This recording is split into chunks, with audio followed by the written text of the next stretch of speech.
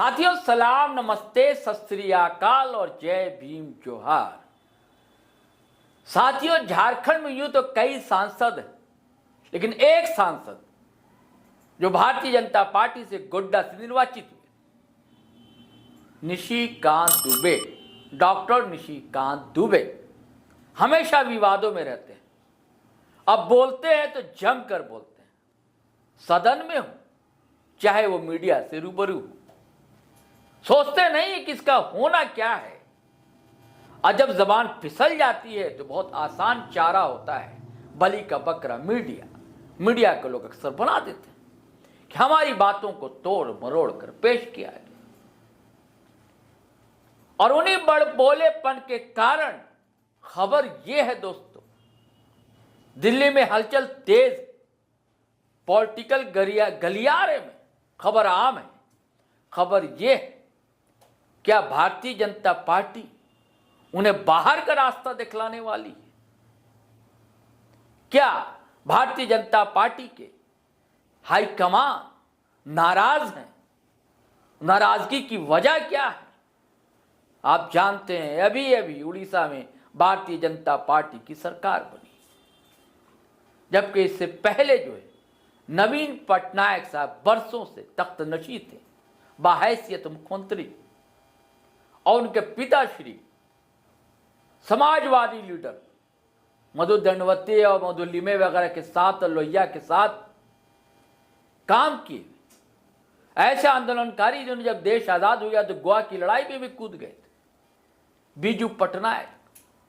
उड़ीसा में ऐसा कहा जाता है कि भगवान जगन्नाथ का अगर नाम घर घर लोग जानते हैं तो वैसे ही घर घर लोग बीजू पटनायक का नाम जानते हैं। ऐसे आइकॉन है उड़ीसा के बीजू पटनायक। और ऐसे आइकन, ऐसे व्यक्तित्व, ऐसी शख्सियत के खिलाफ अगर कोई बोल दे कुछ भी जो नकारात्मक हो तो उड़ीसा को उबलना जाहिर सी बात हो, उबले। तो एक ऐसा ही बयान दरअसल निशिकांत दुबे ने दे दिया। आपको यह भी बताना जरूरी समझता हूं कि आज भले फुल फ्लेज्ड सरकार हो भारतीय जनता पार्टी की यहां उड़ीसा में, इससे पहले बीजू पटनायक के साहबजादे यानी कि उनका दल यानी कि नवीन पटनायक की अगुवाई में जो सरकार थी, भारतीय जनता पार्टी का सहयोग रहा। अब केंद्र में भी सहयोग करता रहा है बीजू जनता दल, नवीन पटनायक की पार्टी। और बीजू पटनायक के खिलाफ ऐसी बात बोल देना तो उबलना तो उबला। बयान में बताऊंगा क्या बयान दिया। सीधे सीधे कहा है कि भैया सीआईए के लिए काम कर रहे थे, अब कौन सुनना चाहेगा? कैसा सोशलिस्ट लीडर, क्या वो सीआईए के लिए काम कर रहा था, अमेरिका के लिए काम कर रहा था? ऐसी बातें कुछ लोग ये भी पटनायक के लिए भी कह देते हैं, सॉरी ये भी पटनायक कह रहा हूं, जयप्रकाश नारायण के लिए भी कह देते हैं। बिना सोचे बिना समझे आरोप लगाते। आजकल आदत होगी राजनेताओं की, कुछ भी बोल दो, अगर कहीं फंसे तो माफी मांग लो, ऐसा होता। तो जब इन्होंने बोल दिया, इनकी जबान फिसली साहब।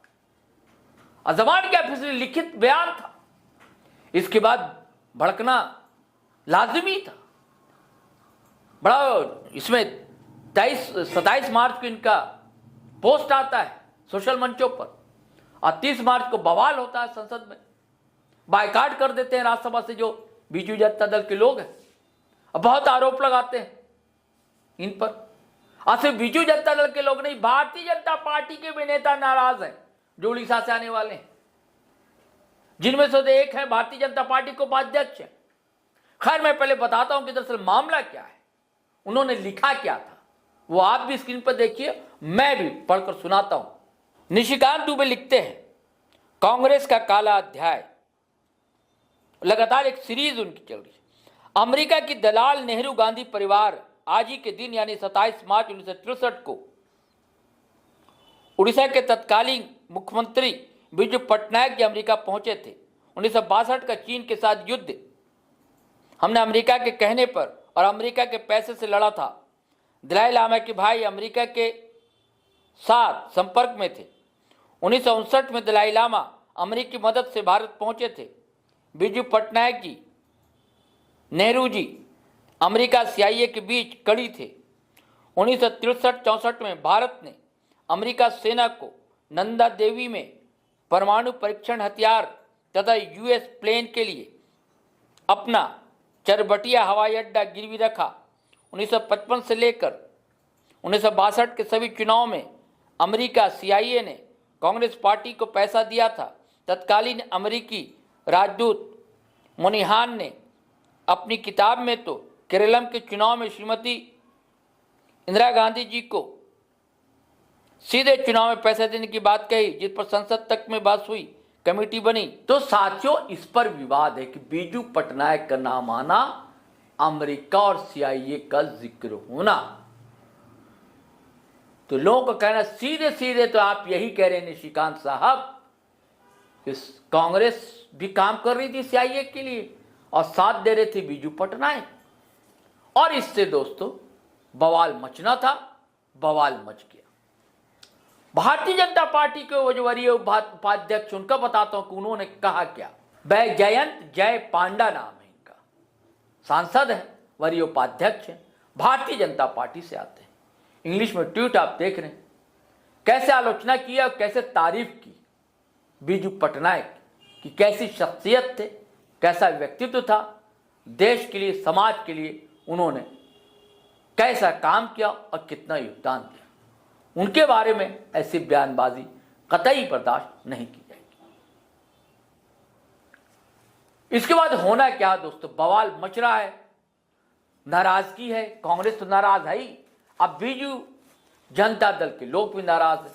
वही पार्टी जो कभी गलबैया क्या करती थी भारतीय जनता पार्टी से, तो क्या घुड़की मिली क्या निशिकांत दुबे को कि अब पलटी मार दिया उन्होंने, अब आ रहे हैं माफी तलाफी के लिए कि नहीं, हमारा उद्देश्य ये नहीं था, हमारा मकसद ये नहीं था। बीजू बाबू को भी तो हम भी मानते हैं, बड़े लीडर थे, वो तो हमारे बिहार के थे, बिहार के भी लीडर थे, क्योंकि भाई 35-36 के बाद ही तो उड़ीसा अलग हुआ, बिहार से ही अलग हुआ। तो बीजू बाबू हमारे भी लीडर थे, मैं सीरीज चला रहा हूं, यह कहना निशिकांत दुबे का कांग्रेस पर। ऐसी बात नहीं है।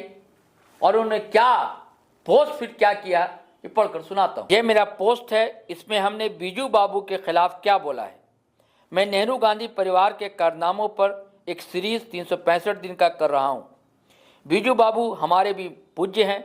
बीजू बाबू पर राजनीति ठीक नहीं है। सम्मानित व्यक्ति हमेशा सम्मान के हकदार हैं। मेरा उड़ीसा की जनता से करबद्ध प्रार्थना है कि राजनीति के शिकार नहीं हो। उड़ीसा की जनता व अस्मिता मेरे लिए जिंदाबाद है। बीजू बाबू के देश के प्रति योगदान को नमन। जी साहब, अब जब विवाद हुआ, हंगामा होने लगा, शोर मचा, तो बैक टू पेविलियन होना ही था, जाहिर सी बात है। तो आए, कहा कि नहीं, ऐसा हमारा मकसद नहीं था। एक वीडियो भी उनका वायरल है जिसमें कह रहे हैं मैं क्षमा चाहता हूं, ऐसी कोई बात नहीं थी, हमारा मकसद यह नहीं था, किसी को ठेस पहुंची है, कोई मरमहात हुआ है, आहत हुआ तो मैं माफी चाहता हूं। लगभग यही भाषा है निशिकांत दुबे की। लेकिन सवाल यह है कि बार बार चाहे आप गांधी परिवार पर आप अटैक करें, भाषा की मर्यादा बनाए नहीं रखते। हालांकि अभी एक संसद का एक बयान उनका वायरल हो रहा है, नहीं 17 साल हो गए हमारे संसदीय अनुभव को, मैंने कभी लोकतांत्रिक मूल्यों का हनन नहीं किया। हंसी आती है ऐसी बातों पर, लगातार करते हैं, कैसे कैसे आरोप लगाए उन्होंने, और उसके बाद उनको लेकर कैसा चीटाकसी भी लोगों ने किया। मैं उसका भी विरोध करता हूं कि उन्होंने कहाँ शादी की, कैसे शादी की, ये सब निजी मामला होता है। लेकिन अगर आप किसी के निजी पलों को छुएंगे और अनर्गला आरोप लगाएंगे, जैसा उन्होंने आरोप लगाया था नेहरू पर, तो लोग तो कहेंगे, जनता है वो तो बोलेगी भाई, हर कोई मुंह में जबान रखता है, वो बोलेगा। अब आते हैं कि इस बात पे क्या भारतीय जनता पार्टी उन्हें बाहर का रास्ता दिखलाएगी, तो मुझे नहीं लगता है इस बातों में, इस अफवाह में, इस अफवाह कहता हूं कि कोई दम है। ऐसा इसलिए कि वो मोदी जी और अमित शाह साहब के काफी करीबी माने जाते हैं। यह तक कहा जाता है कि उनको छूट मिली हुई है कि आप गांधी परिवार पर जितना बोलना है आप बोलिए, सदन में बोलिए, सदन के बाहर बोलिए, क्योंकि भारतीय जनता पार्टी का एक लक्ष्य है कि कांग्रेस मुक्त भारत बनाना है। तो बताओ, स्पोक्स पर्सन तो है नहीं, क्योंकि सदन में ऐसा लगता है कभी कभी कि वही संभाल रहे हैं सारा मोर्चा भारतीय जनता पार्टी का अगेंस्ट राहुल गांधी के खिलाफ भी क्या क्या बोलते हैं आपको पता है दोस्तों। तो इस अफवाह में मुझे दम नहीं लगती है। हाँ, नाराज तो लोग जरूर थे, हो सकता है कि गुड़की भी मिली हो, क्योंकि भारतीय जनता पार्टी के सांसद भी नाराज थे बीजू बाबू के बारे में। ऐसा जो बयान उनका है, ऐसी जो बातें उनकी आई, ऐसा पोस्ट जो उनका सामने आया। तो चलिए साथी, ये तो राजनीति है, राजनीति में क्या संभव है क्या असंभव है ये सब चलता रहता है। हमको इजाजत दीजिए, हम फिर नए वीडियो के साथ हाजिर रहेंगे। लेकिन आपसे गुजारिश, अगर आपने हमारा चैनल सब्सक्राइब नहीं किया तो कर लीजिए। अब वीडियो हमेशा की तरह धड़ाधड़ फटाफट खटाखट शेयर कीजिए, लाइक कीजिए, कमेंट कीजिए। फेसबुक पर भी पेज है, वहाँ भी आए, अच्छा लगेगा और बल मिलेगा जब आप हमारी वेबसाइट भी देखें gtlive.com। तो चलिए इजाज़त दीजिए, आज्ञा दीजिए। जय हिंद, जय भारत।